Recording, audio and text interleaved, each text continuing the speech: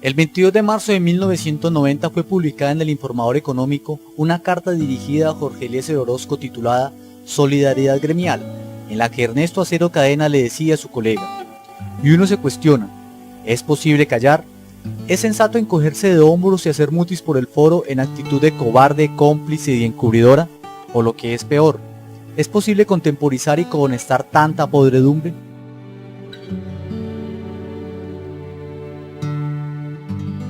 Me he enterado de la iniciación de un proceso en tu contra bajo la sindicación del maldito delito de opinión. Era lo que nos faltaba. Bueno, aquí los periodistas podemos darnos por satisfechos de que traten de silenciarnos amenazándonos con la cárcel. En otras latitudes de nuestra desangrada patria se condena a los periodistas al silencio del sepulcro. 5 años después, el 12 de diciembre de 1995, Ernesto Acero Cadena fue asesinado en una calle céntrica de Armenia. Amigos, colegas y familiares encaminaron las hipótesis de su asesinato a las opiniones, denuncias y críticas que venía realizando desde el Informador sobre la incursión del narcotráfico en la política local. 15 años después, el crimen permanece en la impunidad.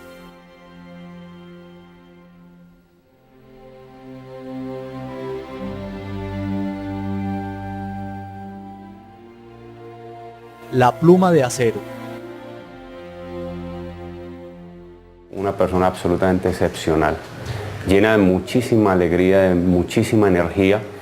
Los paseos familiares, las fiestas en la casa. Mis sobrinos, los nietos de él, disfrutaban porque se ponía al nivel de sus nietos.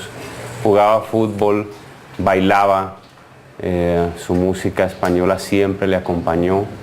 Tenía aficiones muy lindas como la de las matas.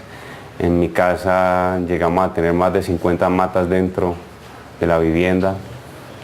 Los peces, también tuvo peces toda la vida. De tal manera que siempre estuvo cargado de una energía muy bonita. Ernesto Acero Cadena nació el 25 de agosto de 1935 en el departamento de Santander. De niño sobrevivió a la poliomielitis, lo que le produjo una secuela de por vida. Su pierna izquierda era más corta que la derecha. Según sus propias palabras, esa era la única razón por la cual se ladeaba. Siempre fue firme con sus convicciones éticas, familiares y profesionales. Llegó al departamento del Quindío en la década del 70 proveniente de la ciudad de Cali, donde había trabajado como redactor del periódico El Relator. Pero fue en Armenia donde ejerció el periodismo en todo nivel: prensa, radio, televisión, trabajando como corresponsal de los grandes medios nacionales, dirigiendo algunas emisoras y su propio medio.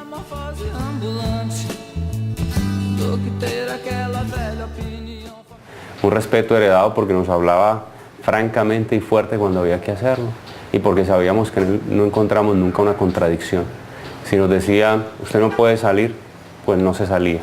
Usted puede ir, y tenga la absoluta seguridad que le sostenía la palabra. De tal manera que era un hombre que siempre apoyaba sus decisiones con argumentos, y eso obviamente genera mucho respeto y además gusto por seguir con las indicaciones que nos da. Ese era mi papá, una persona comprometida 100% con el hogar. Siempre las celebraciones familiares siempre fueron para recordar el Día del Padre, el Día de la Madre, los cumpleaños. La Navidad en la casa era una cosa absolutamente emocionante. Cada 24 de diciembre mis hermanos y yo todos teníamos la absoluta seguridad que en la cama o debajo del árbol allí teníamos nuestro regalo. El fin de año siempre lo pasó en la casa con nosotros. De tal manera que, como dicen los curas en la iglesia, y eso sucedió con mi papá y con mi mamá, hasta que la muerte los separó, y fue la muerte la que los separó.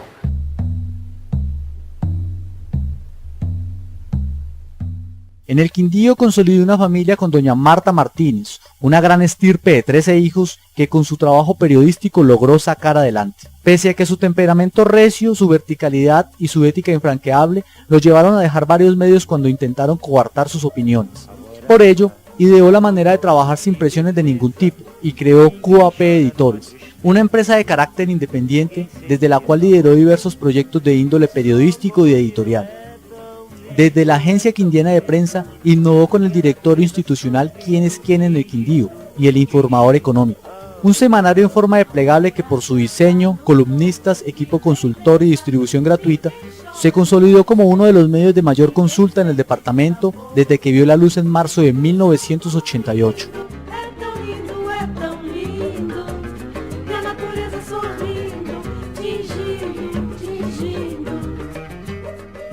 Bueno, Ernesto Acero fue un hombre que generalmente trabajó de manera independiente. Estuvo en algunos medios de comunicación y le tocó, debido a la falta de poder ejercer el periodismo con independencia, le tocó que renunciar muchas veces, de lo cual yo fui testigo. En varias oportunidades que prefirió irse de los medios cuando se sentía constreñido, cuando veía que su verdad era de alguna manera maltratada, él inmediatamente tomaba la decisión de irse. Así lo hizo en varios medios de comunicación. Y lo hizo, y por eso generó su propia manera de comunicar con el informador económico, porque ahí era el dueño, amo y señor de su opinión y de su información. Sin embargo, cuando lo ejerció en los medios de comunicación, en Caracol, en RCN, en Todelar, y siempre donde estuvo, lo hizo con independencia. Yo recuerdo que trabajábamos en Caracol, piso cuarto del edificio del Banco Cafetero en Armenia. Hacíamos parte de ese grupo del reportero Caracol de entonces, el director era Ernesto Acero, que me honra haber estado con él ahí. Rubiela Tapascua Arenas, que hoy es la directora de RCN. Jairo Laya Rodríguez, un excelente cronista que está todavía trabajando con Fenalco como comunicador. Y estaba yo. Y resulta que Caracol en ese momento no le daba como la disponibilidad y las facilidades para que ejerciéramos el periodismo con decoro. Faltaban elementos. Y una vez cualquiera llegó Ernesto. Las persianas estaban absolutamente desvencijadas.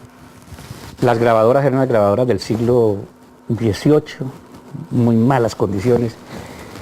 El gerente era Esaú Jaramillo Montaño y llegó de un momento a otro y entró Ernesto en plena sala de redacción, cogió esas desvencijadas cortinas, las arrancó lo que quedaba, las tiró al suelo y las hizo a un lado, cogió todas esas grabadoras, esa máquina de escribir vieja y las tiró a la basura.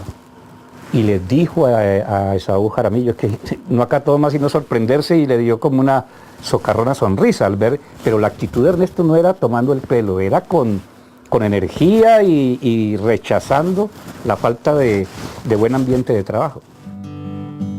En un editorial de El Informador del 12 de diciembre de 1993 titulado Infiltración politiquera, Ernesto escribió: las versiones señalan a la vieja casta política y comprometen también a quienes llegaron al relevo generacional. Nos resistimos a creer que aquellos aún tengan audiencia para tan aberrantes cometidos, o que estos se hayan corrompido tan temprano.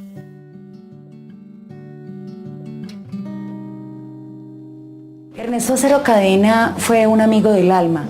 Tuve la oportunidad de conocerlo cuando juntos hicimos parte de la junta directiva del Círculo de Periodistas del Quindío. De él diría que fue un amigo excepcional, un hombre del que podría afirmar fue amigo de los amigos. Ernesto fue muy riguroso en la consulta permanente de las fuentes de información, pero además tenía los elementos de fondo y los elementos de juicio para escribir como solo él supo hacerlo. La Armenia de finales de la década de los 80 era una ciudad premoderna, donde una élite ostentaba el poder desde tiempo atrás, pero además en la que el fenómeno del narcotráfico comenzaba su intromisión en la clase política. Ernesto Acero Cadena, con una gran valentía, se atrevió a denunciar y a criticar la participación en la dirigencia de personajes poco convenientes para el departamento. Ese fenómeno del narcotráfico no vino acompañado solamente del poderío del dinero, sino del poder corruptor del dinero y a su vez el poder para infiltrarse en la política regional. Eso hace que esa circunstancia que estaba afectando el departamento, pues desde los medios de comunicación se tengan que adoptar unas posiciones porque es un problema que nos afecta a todos. Se conseguía dinero y muy fácil. Y al mismo tiempo, como va creciendo el dinero fácil, va decreciendo el respeto por la vida. va decreciendo el ser humano en valores y obviamente eso hace que durante esa época se empiecen a dar algunos atentados contra la prensa, contra los periodistas, y allí nace obviamente el momento en donde se decide que a mi papá había que quitarlo del camino.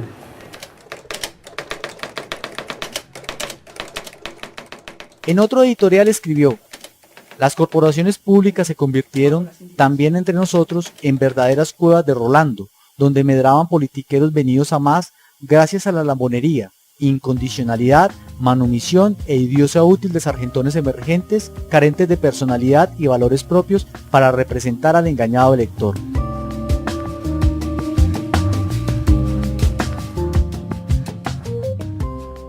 Más que su periodismo, que era muy fuerte, conocimos fue su inteligencia, su enorme capacidad para hacer cosas, para escribir cosas y para decir cosas. Era un hombre que repentizaba, que sacaba una expresión, uno no sabía de dónde, que daba un giro gramatical, uno no sabía cómo, pero todo lo quedaba muy bien hecho. Era, como aquí hablan ahora de las inteligencias superiores, en este país les da por hablar de inteligencias superiores, pues acuñemos ese término a Ernesto. Ernesto era una inteligencia superior, un hombre muy humilde, un hombre que todo lo que hizo lo hizo con plena convicción, sin cobrarle nada a nadie por eso. Un hombre que si hacía una denuncia no la hacía para luego callarla o que le dieran plata por eso. O que estuviera en el plan de callar si alguien venía a callarlo con recursos económicos. A la hora de ejercer el periodismo lo caracterizó la seriedad y el sentido ético. Siempre defendió sus convicciones y principios, los cuales nunca se apartaron de lo que consideró el bienestar común. En alguna ocasión su hijo menor encontró una amenaza en la que la guerrilla le pedía que cambiara de opinión frente al tema de la extradición. Sin embargo, nunca lo hizo. Mi papá estuvo amenazado por la guerrilla en ese entonces, cuando era director de noticias de Caracol. Y hay una carta que le envía el grupo subversivo en donde le da un plazo perentorio para que haga un comentario en favor, en contra de la extradición. Allá había una mezcla de guerrilla y de grupos de narcotráfico, pero se hicieron identificar como grupos de la guerrilla y le pedían que hiciera un comentario en contra de la extradición.